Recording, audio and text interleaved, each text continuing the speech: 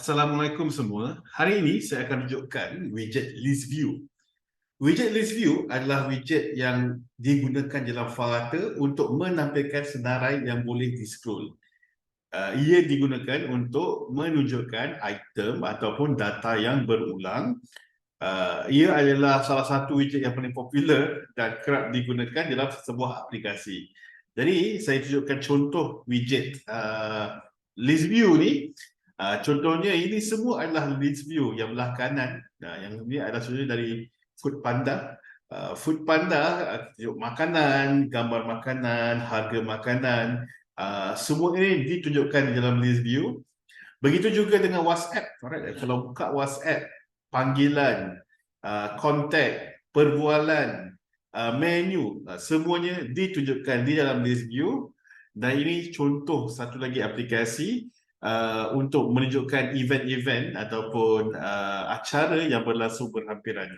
Juga ditunjukkan dalam ListView. Jadi kalau fikirkan sebenarnya kebanyakan aplikasi menggunakan ListView dan ia adalah widget yang perlu diingati oleh pelajar. Terdapat dua jenis ListView. ListView pertama adalah ListView Statik. Di dalam ListView Statik, konten ListView tersebut tidak berubah. Biasanya digunakan untuk menu. Jadi contoh boleh lihat aplikasi Google Mail, Gmail, ada navigation drawer di atas kiri Gmail. Bila navigation drawer ditekan akan ada menu dan menu tersebut dibina menggunakan ListView Statik. Satu lagi ialah ListView Dinamik.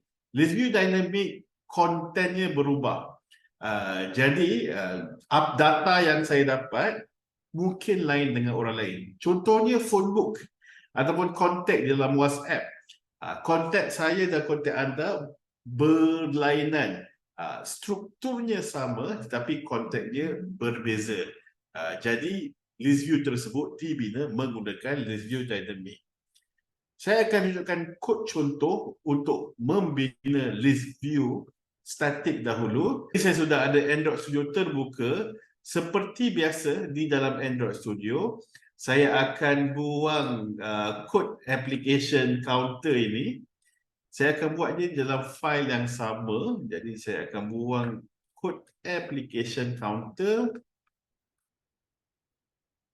Dan komen seterusnya, apa yang saya akan lakukan, saya akan bina stateless widget homepage. Stateless widget homepage ini dipanggil di dalam home. Saya akan bina scaffold. Scaffold add bar title text ListView Statik, dan di sini di body saya akan buat ListView. Right? ListView akan mempunyai children. Ini cara membina ListView Statik. Kita akan specify children di dalam ListView. Contohnya, ListView ini akan mempunyai container. Container ini ketinggiannya mungkin adalah 50. Container ketinggiannya 50. Warna container ini mungkin colors.yellow. Saya akan letakkan nombor 300 di situ, dia punya kepekatan. Dan container ini akan mempunyai child, center akan mempunyai child, text. Contohnya, this is item 1.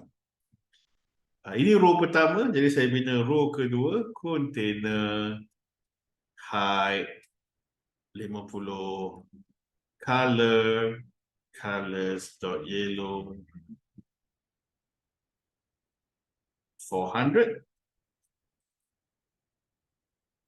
child, center, child, text. This is item 2 of the ListView. Dan saya akan buat satu lagi, container height 50, colors.yellow 500, child, center, child, text.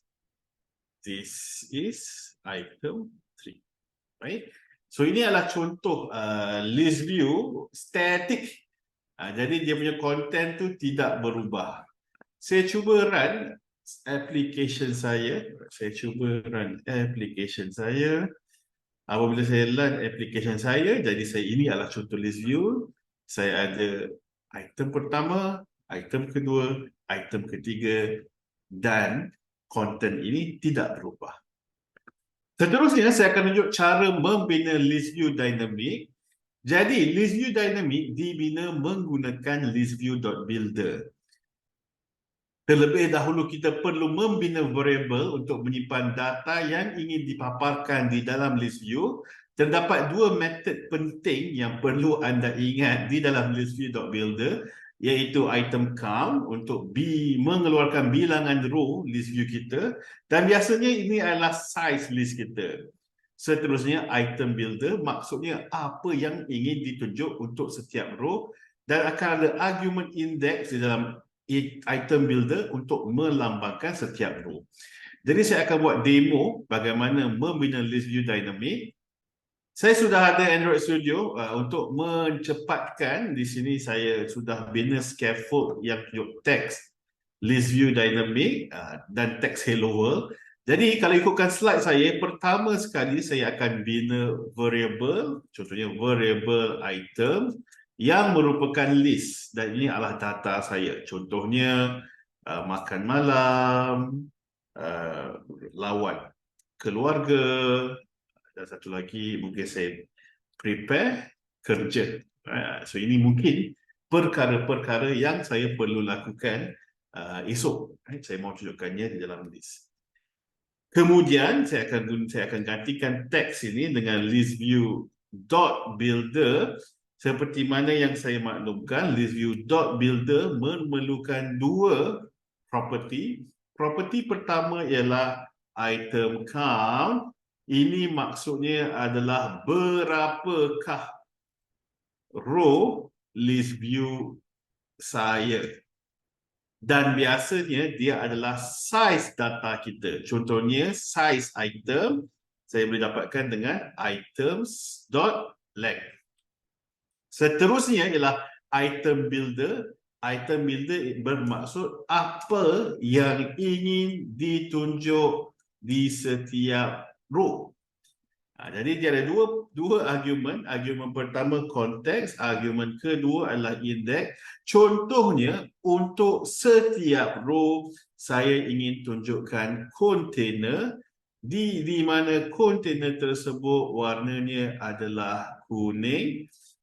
Ketinggian kontainer tersebut adalah 50 dan kontainer tersebut mempunyai child center yang mempunyai child text, dan teks yang akan ditunjukkan adalah items index. Seperti yang saya maklumkan di dalam slide, index di sini merujuk kepada posisi ataupun row ListView kita. So, row kosong akan tunjuk makan malam, row 1 akan tunjuk lawat keluarga, dan row 2 akan tunjuk prepare kerja.